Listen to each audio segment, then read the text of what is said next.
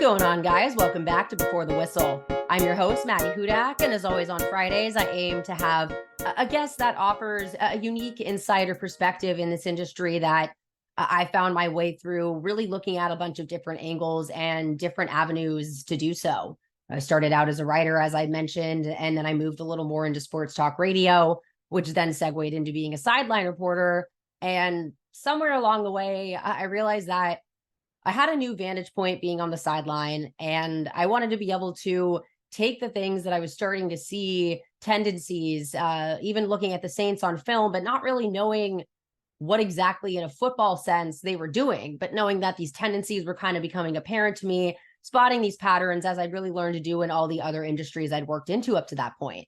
So I had reached out to Deuce Windham, who I had been working on doing a podcast with, and he really is one of the people that encouraged me to take that plunge into doing the Scouting Academy, because he went through it himself and is really who first started to teach me how to scout players and do that player evaluation, which is so much different than just looking at teams, looking at tendencies on film, looking what went wrong. That all has to do with the player. But how do we evaluate an incoming draft pick? How do you evaluate their new fit with a team? How do you look at a free agent who came from a different scheme, might not have performed that well, but what do they have that's promising? What traits do they have that make sense on what they can do? What I've learned the most in the Scouting Academy is the value of context. If a guy came from, I'm looking at Justin Jones right now, who's a defensive tackle, who he had come from a 3-4 defense and then was being moved primarily as a 3-tech in a 4-3 defense. And that's a completely different skill set, even though he's still playing the same position. And those nuances, I think, get lost both in the broadcast view for positions like secondary, where you can't even see them. But it's all such a mess on TV and all of these bodies in close space that you have to really know what you're looking for and take the time to look and do so. But you also can't do it in a way that alienates your fan base. And the reason that I had really started working with Deuce in the first place was because he brought scouting to me in a way that I could actually digest it and understand it. And I think that's really what this episode illuminates a lot about what you do when you actually scout players and how you can apply that to genuinely following your team of choice in a way that you really couldn't without that insight. All right, I'm joined now by Cowboy Bebop, otherwise known as Deuce Windham, a former writer for The Athletic covering the New Orleans Saints, and you can find him on YouTube under Who Dat Confessional doing his film breakdown. So howdy. Howdy. Yeah, I did not expect you to actually break in with that. For those who have no idea what she's talking about, I'm wearing a hat from an anime that I really love, and apparently now that's my nickname. So we'll see if that infects Twitter. Guarantee there's a lot of girls out there with tattoos that probably say Cowboy Bebop and they're unaware of it. Possibly, yeah. Anyways, that was a good segue into nothing, but I don't know, it feels like there's like a lot of personal stories that we're just waiting to be opened, but we've got to. We're really bad at rabbit trailing, both of us. So we are. Thank God for editors. Appreciate them. Yeah, maybe I should have stuck to the free version of my Zoom that actually cuts me off, because it makes me actually be somewhat streamlined, but we will get right to that. So you were actually the person that got me into scouting in the first place. We used to do the podcast, and I had reached out to you asking you if I should do the Scouting Academy or not. And being on the fence, you had kind of given me the confidence to do so, because we had done a little bit of scouting before that. But what made you seek out the Scouting Academy and want to go into the scouting portion of things? Well, for me, it was a couple of different things. I would say that there's almost like, I don't know if it's appropriate to call it like a mythos, but like there's this idea of what evaluation is, but nobody at the same time knows anything about it unless you actually work in it. Like we know that teams have scouts, but like what exactly do they do? What does it even mean? And what does it mean to evaluate a player? Because when it comes to the fan side and the analyst side, what's more common is box score scouting, which is we just simply look at the box score. We just give an eye test. Were they good? Were they bad? Simple as that. And it was more of just wanting to learn about the game at a deeper level, and part of that process was evaluation. It's one thing to talk to players, it's one thing to talk to coaches, which people in my position, your position are able to do. but it's another to truly take the time to understand what you're saying and asking, and whether you want to be a journalist or be a scout. But this was like the first step. Yeah, because on the website, there's a lot of testimonials for people that have gone on to be NFL scouts, work with the Senior Bowl and things like that. But at least for Saints fans that know that, both you and Nick Underhill took it, and that's really where I took it, was from the media component of things. It is really complex, but how do you kind of try to break that down in a way that people can actually understand the scouting component of things, because it can get a little jargony. Yeah, and that's always been a fun balance for me, is because I've tried to keep mine as much layman's term as I can, while also, the reason the education is important, and let's say that we're talking about from our perspective of sports journalism.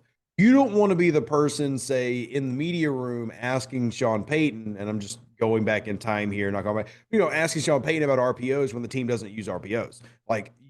Because terminology can often become a buzzword, but if you don't truly understand how it applies to a team and the type of systems they run, well, it makes you weaker at informing fans of what's going on. And two, it just means that your content is maybe misinformed completely. Like, I mean, maybe the entire basis of what you designed an article about just was completely wrong, just not understanding how they were doing something.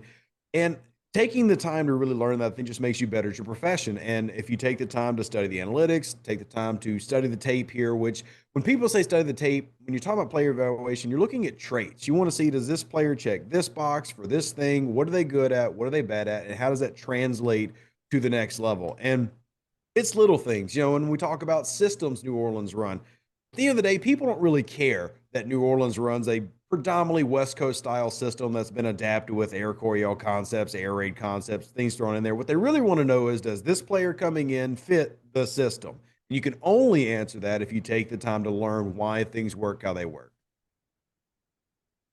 Yeah, and there was honestly quite a bit of a learning curve for me. Really, just I think you have to also understand football before you can understand how to, evaluate the traits of these players. But it is very fascinating to me just going through a few position groups where, you think defensive backs, okay, well, they all have to kind of have the same traits, but almost every single different player in that evaluation group, you have box safety, you have free safety, you have nickel, you have cornerbacks, and it's really all very nuanced. And that was kind of a learning lesson for me with defensive backs. But I know your bread and butter is the trenches. And when you were going through the Scouting Academy, the way that it works is, you complete position groups one at a time, and they have a few tracks that you go through. I apparently picked a very hard one starting with defensive back, but I'm not sure, which one did you start with and what led you to the trenches? So my first, if I remember right, and honestly, I don't know if anybody remember. I could probably call Dan; he wouldn't remember. I think O line was my first, and then D line. How I got into the Scouting Academy is they ran a nationwide competition, and just people could write in and get in. And the different ones I ended up writing for that was, I did one on Mark Ingram, a running back. I did one on Jimmy Graham, a tight end, and then the finals I had to do one on a quarterback, which at the time was Trevor Simeon. So it's a little bit of everything, and then you just kind of go position by position. And I'll just say right now, quarterback is probably what I would say I'm weakest at. Like, I do feel like I have a summary knowledge. Like, I can tell you why things work, the basics, but what I put myself up on the top tier of, like, yeah, I'm going to nail that quarterback coming out. They're going to be amazing. I'm not, because you know who I thought was going to be amazing? Josh Rosen. Didn't work out super well for that. But you also picked out DB, which I found can be such a difficult position, because just to talk about the terminology thing, like we brought up how like stuff gets thrown around. Well, New Orleans with Dennis Allen runs a lot of cover four match or quarters, but you also get some things that you find are different in terms of calling just team to team, like cover six and cover eight. The basics of cover six and cover eight is literally the side that's the half field is flipped. It's either on the nickel side or not on the nickel side. But teams can call that a completely different coverage on a literal another team. So again, this goes back to just like, you don't want to get in the weeds with the jargon, because some of the jargon you learn won't even apply to the team that you're covering. There's some things that we learned at the academy in terms of terminology that the Saints don't even use, and they'll use it for something else. I mean, they don't say mental processing, they say football intelligence, FBI. So end of the day, when you're talking to people, it's just more of breaking it down and explaining it in a way that everybody can understand. Because at the end of the day, I think an educated fan is a fan who enjoys more what they're watching. I totally agree. And I think while, like you said, there's an underlying language, it's the same way where some teams, the way that they have a grading system on evaluating players, which is something we use in the Scouting Academy.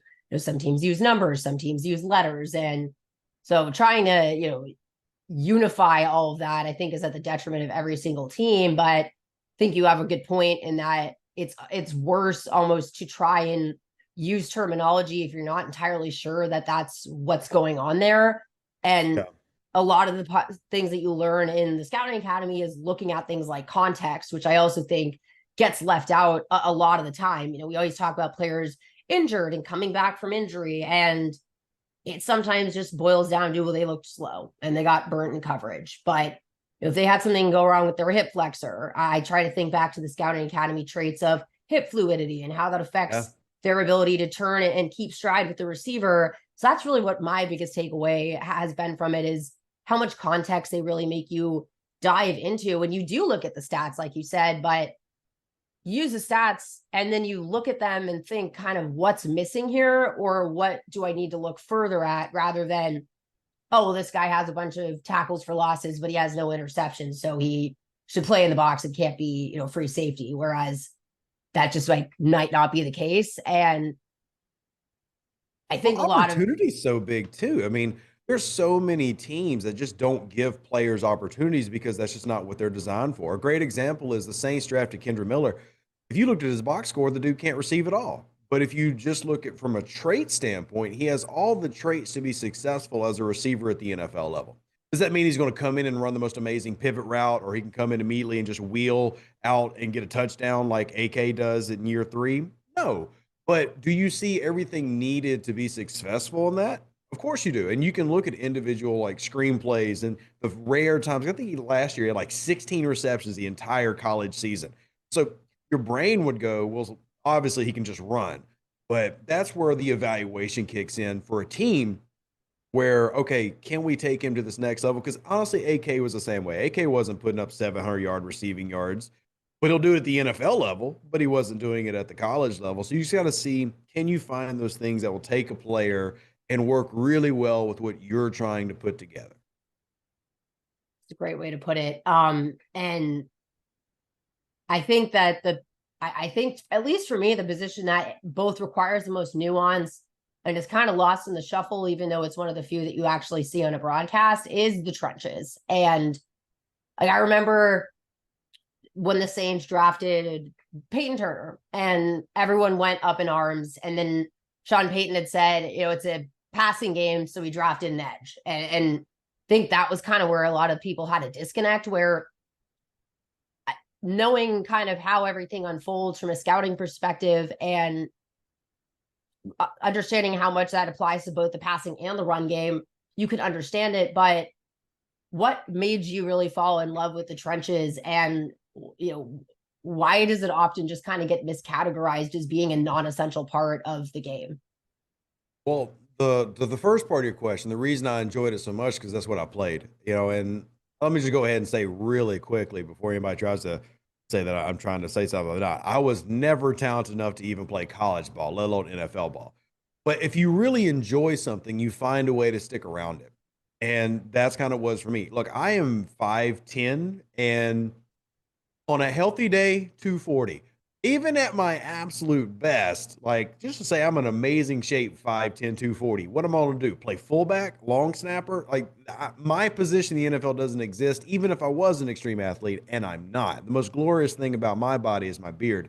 So I had to find a way to still be a part, but it wasn't going to be as a player. And honestly, this is how a lot of coaches get started. Yeah, there's a lot of coaches who played, but very rarely do you find like a high-end NFL player become a high-end NFL coach, just because it's just two different things. And you know, that's what it was for me. I got into it because I wanted to still be around football, but I was nowhere near good enough to continue playing. And I think that's a big thing for a lot of people. I think that they maybe don't understand, because you hear that argument brought up a lot. Well, did he play? Does he even know the game? I promise you don't have to play at a college or NFL level to understand it. And you're an example of that because you didn't play college football. Shocker, I know, but still, You heard it there's here first. actually, yeah, I know. Uh, just even our chats, there's a lot of unique paradigms that you bring just from experience in sports, like the way that you have, and I've heard you talk about this, translate things that happen on the soccer field to the NFL field, and just from an athlete standpoint and understanding standpoint, what that can bring. There's a lot of value there. And for the second part, how do you want me to hit on the second part of your question? We're both very long winded. Ah, again, it's I think it's a position. I think people understand maybe the importance of an O line because the quarterback gets sacked and Yeah. people get mad and it's obvious play, but I think the defensive line gets really underrated and particularly to me the interior, like defensive tackles, Yeah, because definitely. you get more of the sacks going on with your edge rushers a lot of the time. And just especially for Saints fans, their strength has been kind of, lying more with Cam Jordan and less with Shai Tuttle and David Onyemata the last couple of years. But drafted a defensive tackle this year. And that's something to me that really was a sore spot last year. But why is that part of the trenches so important to the whole game itself? To give a very oversimplified example, just taking out most variables, just to give you a kind of a basic answer. Look at the New Orleans Saints last year.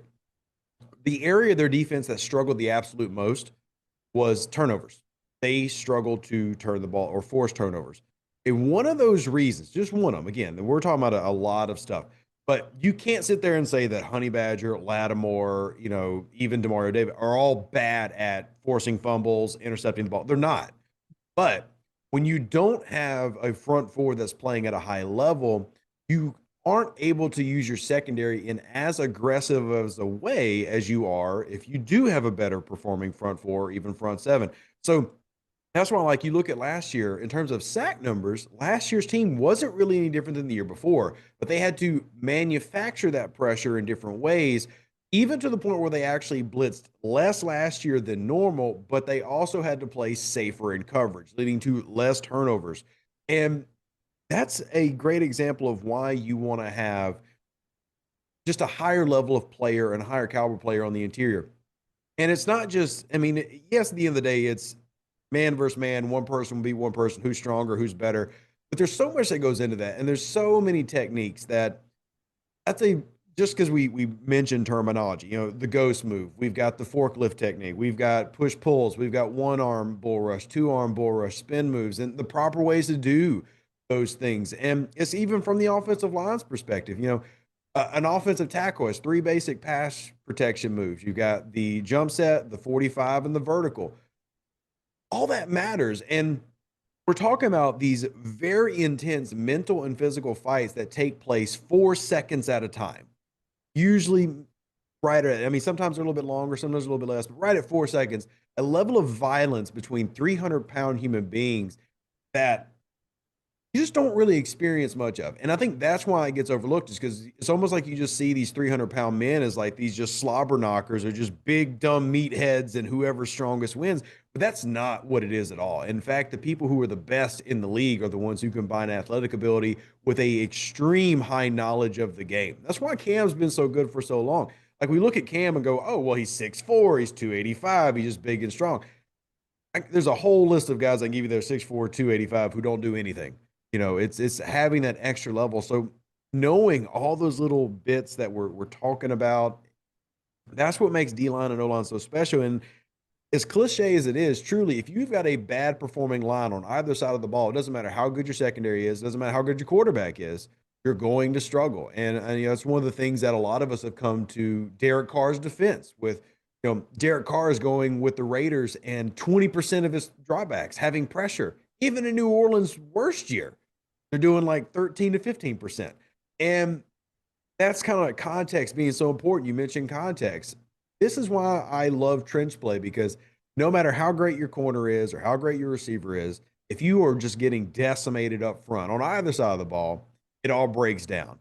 And that's part of why I like it so much. It does have a high level of violence. It does have a high level of technique. But at the end of the day, that's where it's won and lost. As cliche as it is, that's also what I believe.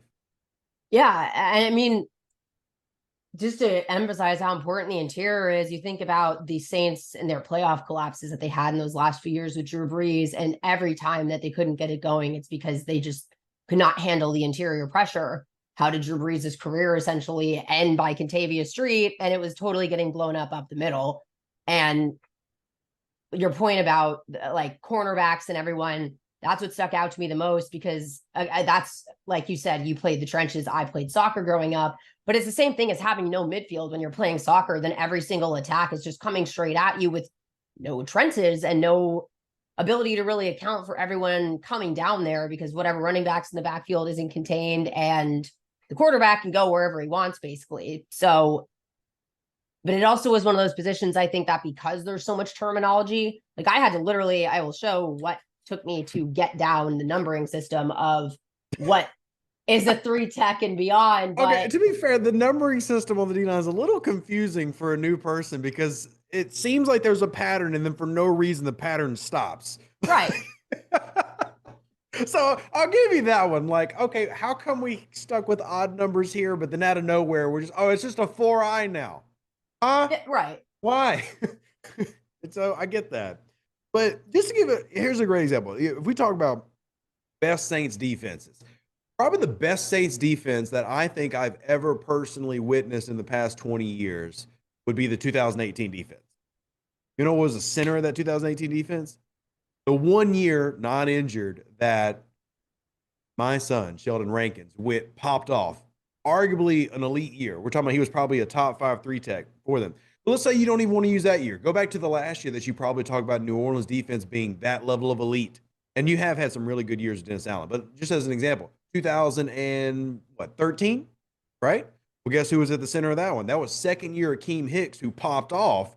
And remember, Akeem Hicks lasted one more year with New Orleans, and then he went over to New England, and then really we got good in Chicago. So when you talk about it, usually you can find, when you talk about teams that have great defenses, you're usually going to find great D-line play with especially great interior play. Look at Philly making it to the Super Bowl multiple times. What have they constantly done? Sure, they've got a lot of different people who've been good secondary players, but they have been elite on both sides of the line for a long time. And they managed to make the Super Bowl with multiple different quarterbacks and multiple different safeties. But what have they consistently had? The same great O-line and D-line players. So I think that's what a lot of teams try to emulate. Yes, you do. Obviously, if you got a Patrick Mahomes level quarterback, you got a really good chance to get in the Super Bowl, but you still have to have that upfront play.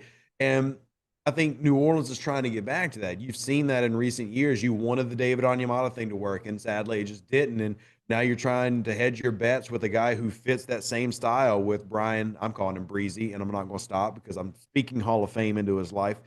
But you do try to find that. And see, as exciting as the other positions are, and I think that's another reason people don't get as exciting as O-line, D-line. There's not as many stats, right? Like O-line stats don't really exist except for, oh, he gave up a sack, and there's the stat for the O-line. And then the D-line, like nobody really cares about a defensive tackle. But like if a 3 tech gets you 4 sacks in a season, he's probably a damn good 3 tech.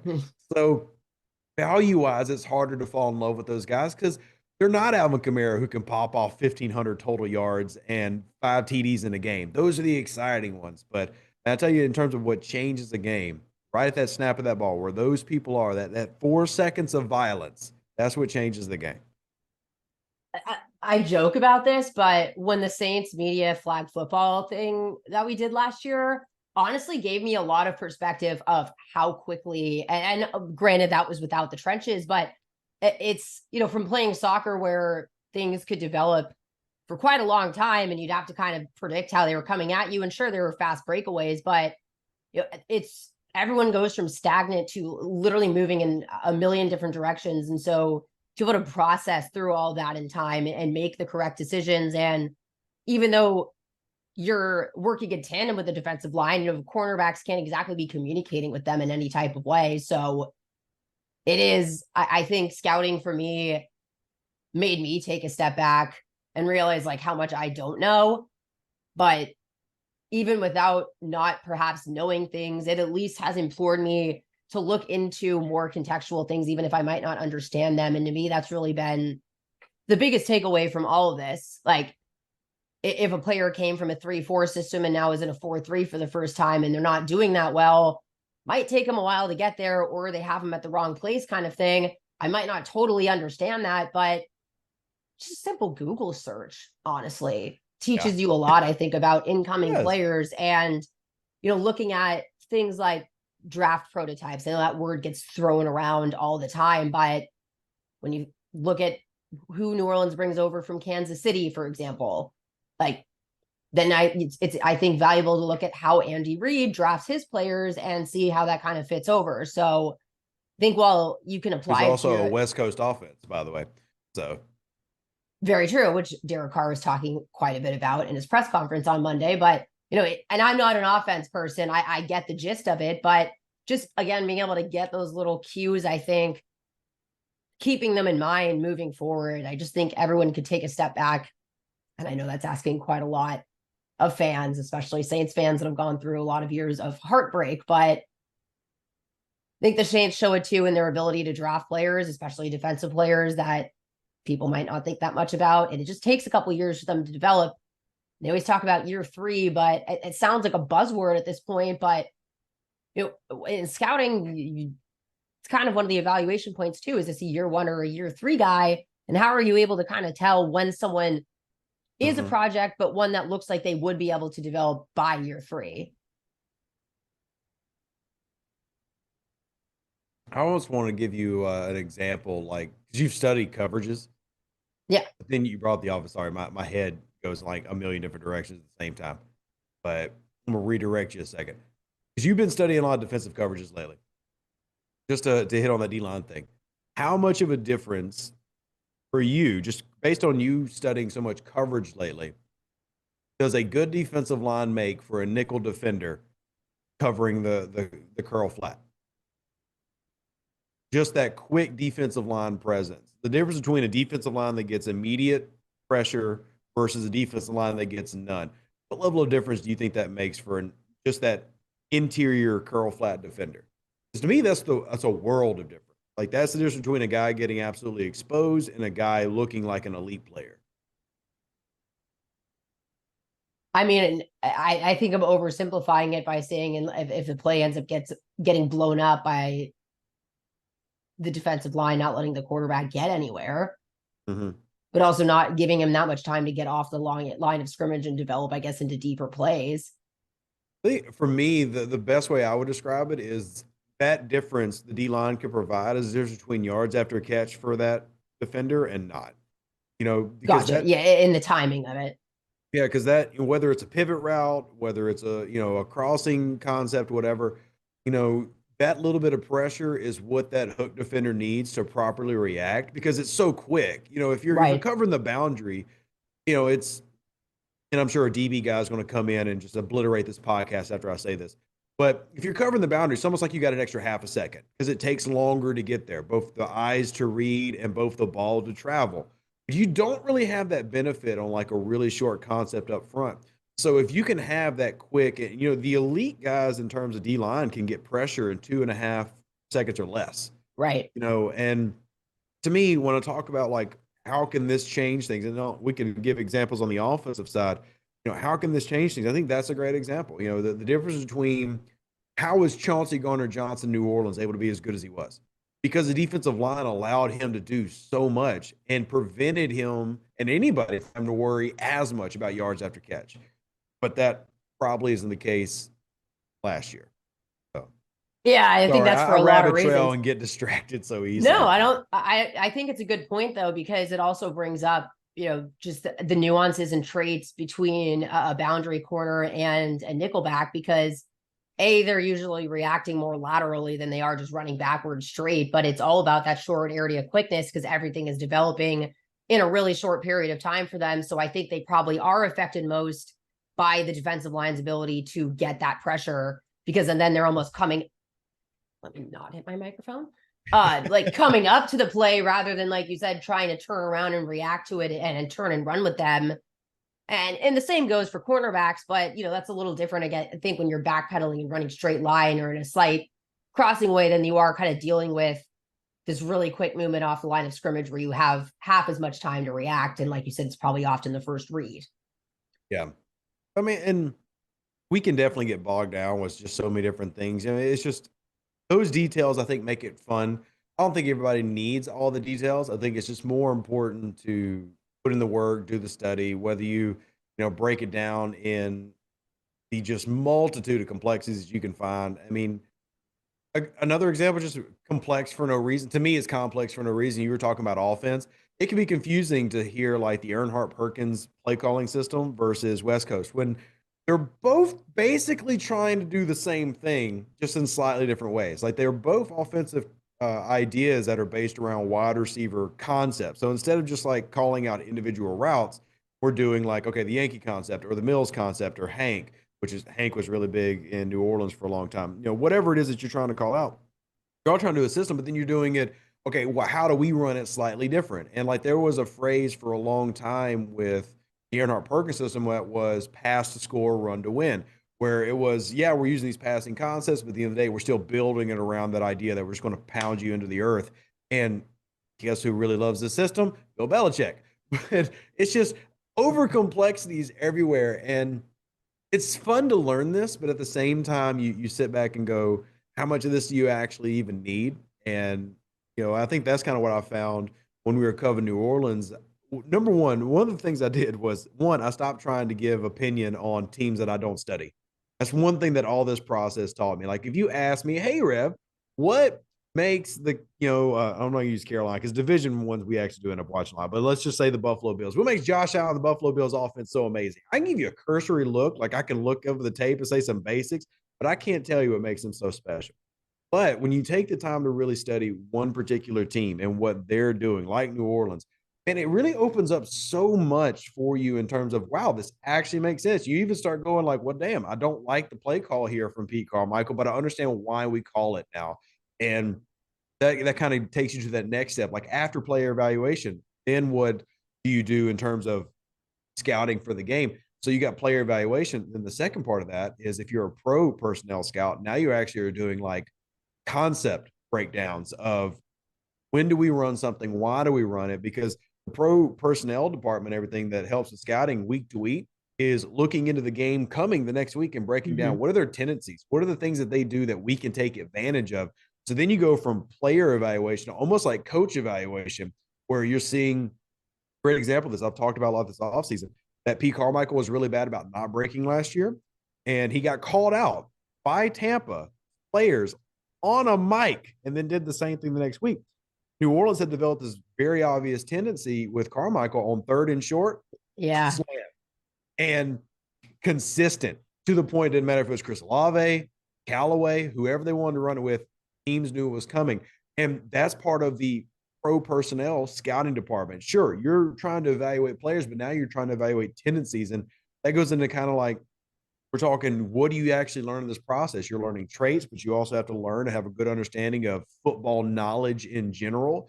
You have to be able to recognize what's happening. And when you recognize all these things, now you understand, okay, why are they calling this play now? And it makes sense. And it's almost like things start falling into a pattern. You understand, okay, well, I don't understand why we're running this play now on second down and understand why we tend to avoid this play over here. And it actually makes sense that you call a guy like, you know, Peyton or Shanahan aggressive because on third and eight they're calling a play that has a 15-yard break down the field. It makes sense now because you took the time to really understand all these different things. I think that only comes part, when you take the time to learn through the process, or you do it from the reverse end. You say, "Hey, this is just too much," and you just look at the box score and just kind of going full circle. I think that's the easy way that a lot of people do it. It's just we're just going to see real quick who's good, who's bad, and you see this all the time. Like there's still people who are just banging the drum for Jameis Winston. They're just going by just these stats that they'll handpick and cherry pick. Are like, this is why Jameis Winston's amazing. And while I don't feel like Jameis has gotten the chance that he should have gotten in New Orleans, at the same time, even Right. if I knew Jameis was 100% healthy right now, and I think he is, and I think he He should have looked gotten it. a better, taken care of better last year. I still would rather have Derek Carr, and a lot of it's just going into this level of detail and fit and how things work. And you only get that if you go through this evaluation process. I think he's a good example too, because I think you could also take the idea of context and take it outside of a scouting world. Like when he broke his back, I don't know what that means as a person. And the fact that he was out there playing and someone was just telling me that because I had missed the announcement in the bathroom, my brain was not computing that whatsoever. So Yeah, I went home and looked up what is a lumbar nerve fracture to try to offer some context, because then again, if you go back and watch the film from that game, I'm with you where I think that he didn't get a fair shake in New Orleans, but I also don't see it like other people see it. But I, I can also see that there was something massively affecting his entire body oh and for sure. the way that he was able to move with his lower body and throwing it all into his upper body.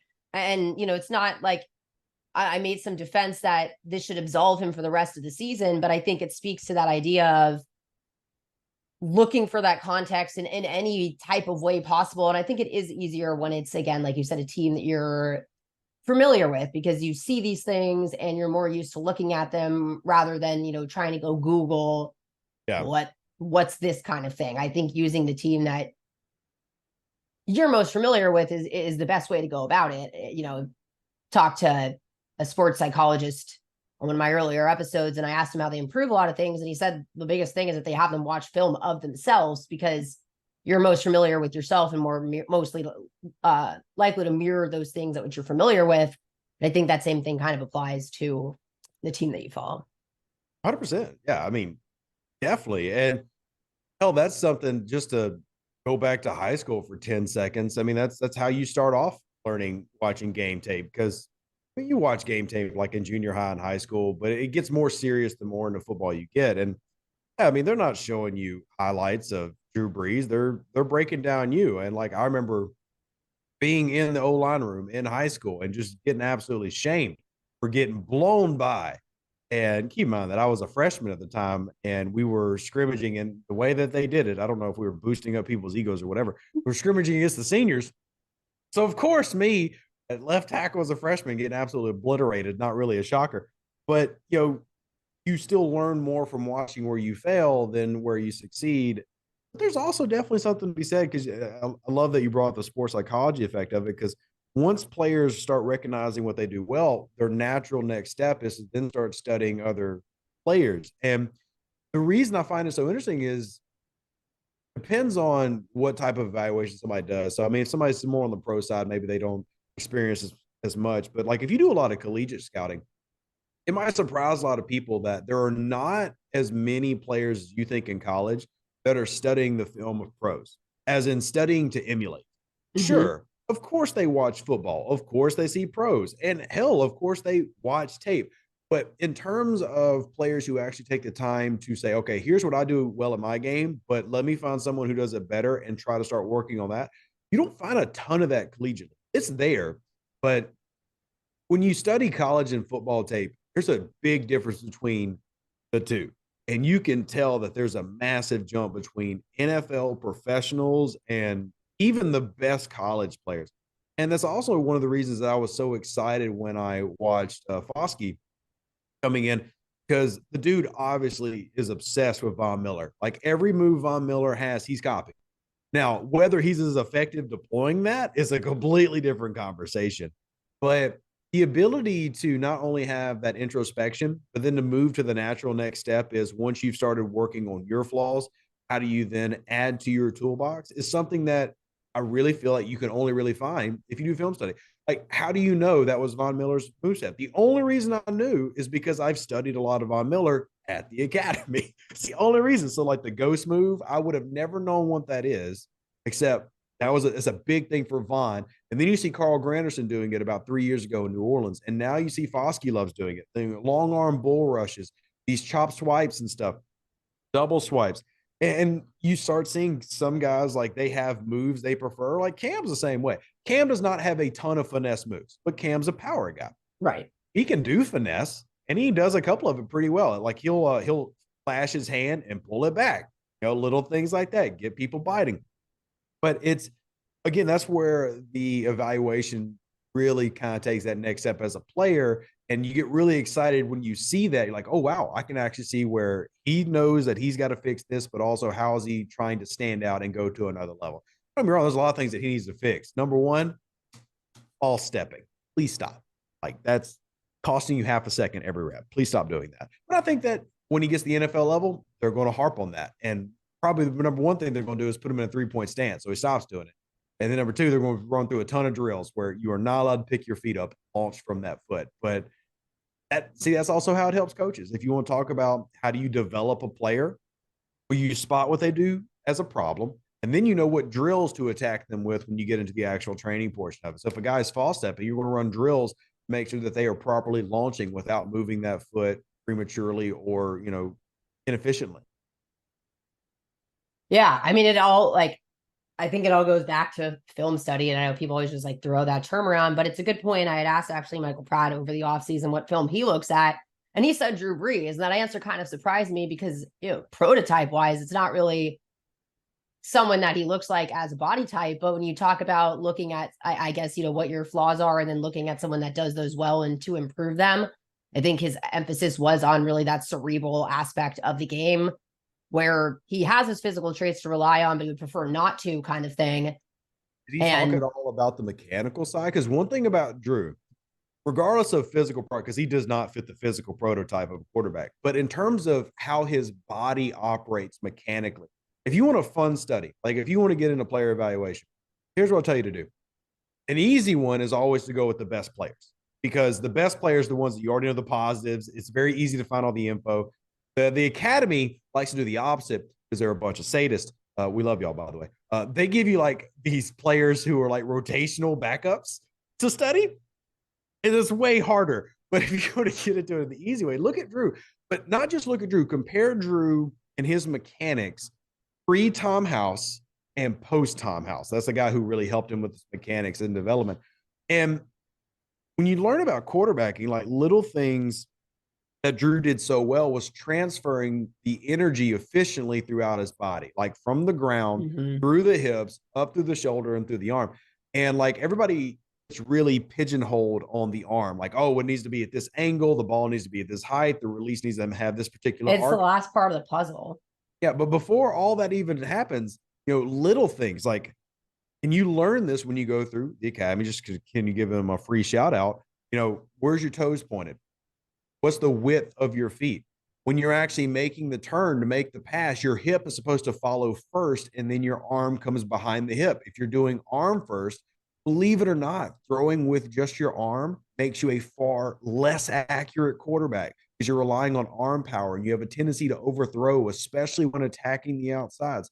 So little things like that you never think of, but that's something that Drew did so well and that any quarterback can work on emulating is how he threw mechanically.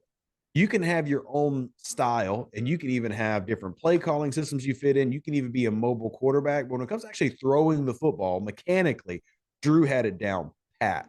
So, like, when I hear quarterbacks name players like that, whether it's a Von Miller or a Drew Brees, that's what I always assume that they're studying is what is the perfect form for my position. And that makes it easier then to do that whole cerebral process too. Because if you know that you can fit it into a window because you've got your mechanics down, and if you're reading a Tampa 2, but you just feel like you can really stress that interior, even though there's a drop back linebacker and still hit the seam, you better have the perfect mechanic to pull it off. Because if you don't, you're going to throw an interception.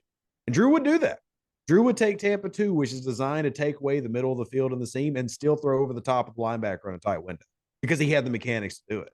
So, well, honestly, that is something I would probably like to have you back on and hear more about because that sounds genuinely fascinating to me. But I think this conversation as a whole, even though we focused on just like a couple of positions, again, I wouldn't have gone into scouting if not for really talking to you about it. And I think it goes to show that really anyone can do it. It's just sure. It's a big time commitment, and you really have to like watching film. But I think that it illuminates so much about the game that if you're really trying to learn it in a genuine way, then it's really the best way to go about doing it. Even if you're doing it for a hobby, I would still recommend it because I'm not going to sit here and pretend like I'm this amazing scout. The highlight of my, if you would even call it a scouting career, it earned me a job with the Athletic. I've gotten my scouting reports in front of multiple teams, the Tennessee Titans, the New Orleans Saints. I had really great conversations with one of the coaches just in recent years, and it wasn't about any high draft profile picks. Honestly, the reports I was sharing were guys like, hey, I think this guy could contribute to special teams who also has the traits to develop. I was like sharing fourth, fifth, sixth round guys on scouting reports. And that's kind of like the highlight. I mean, that's it. I didn't work for a team. I chose to not pursue that. But even if I had, I can't guarantee I would have made it. No matter what, I love that I got into it just because it's such a great way to experience football. And I think you'll never experience football the same way again. Like it changes you from just being a fan, which is nothing wrong with that, to just a level of understanding where you just want more. At least that's how it is for me. Like when I watch football now, I don't see it how everybody else sees it. And it's also one of the reasons why, if you ever follow me, I hate the broadcast view because it's the worst way to study football. It's terrible. But yeah, I mean, it's whether you're watching Tulane, whether you're watching the Saints, valuation just helps you take your understanding and, in my opinion, appreciation for the game to another level.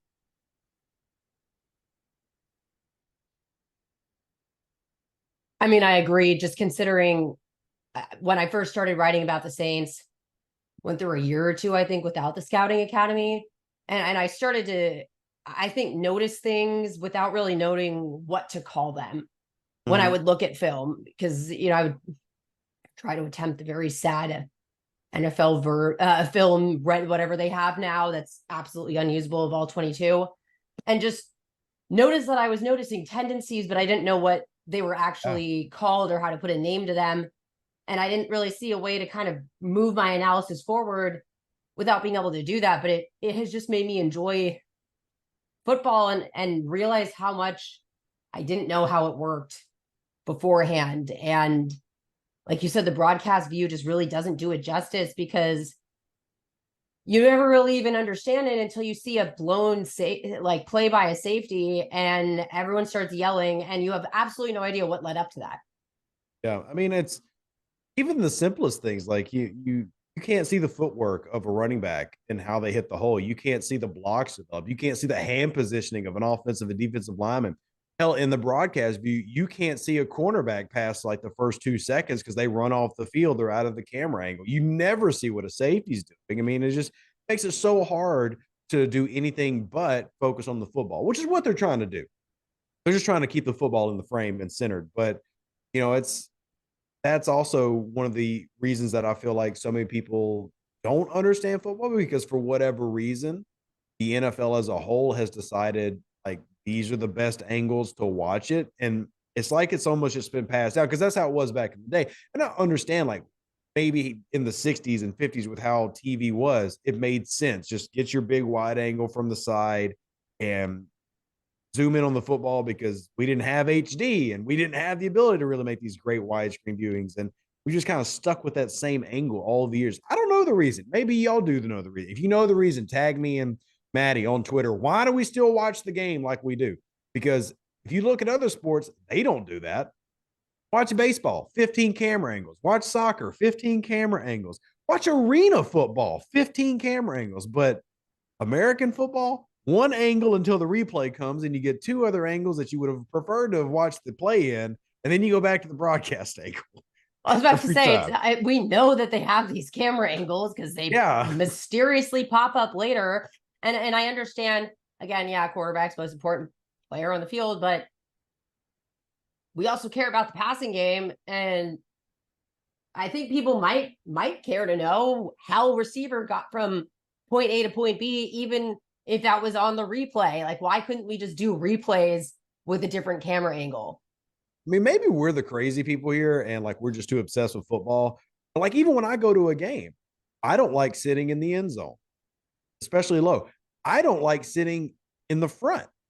I like if I just give New Orleans Saints fan, one section that I've sat in a lot is like 540. Anything that's between like the 40 to 40, close to the 50, mid high up, so I can see the entire field. I want to be able to still see the players in terms of I can definitely diagnose who's on the field, but I want to be able to watch the routes develop. I want to be able to pick what I'm watching and see it as it happens. And even if I wanted to do an end zone angle, it'd have to be high. Like I couldn't be low in the end zone. And that's just how I personally prefer football. I want to be able to see it. And I wish I could do that with the game itself when it was on TV. But also, honestly, we could have people listen to this show and they're like, you both are crazy. We love the camera angles. And why would we want to see all that nonsense? We want to see the action. The action's where the football is. So maybe we are the crazy. Sure, wherever the football is. But to me, I don't even know how you would decide, like how people could criticize like Marshawn Lattimore, for example, if they don't watch film because you don't see him half the time. Like, Well, this is, I think, the poor quality of the broadcast is the reason why so many websites have popped up with like player gradings and have become so popular. Now, I'm not trying to take a shot and say that all those companies are terrible and shouldn't exist. And just use the obvious one. Pro Football Focus does this all the time. And I'll just give you my personal experience. I have never met anybody in the league, player, coach, et cetera, who gave a flippity flop about their player gradings after games. Nobody cares about them. But what we do all love equally, and something they do amazing at, is advanced analytics.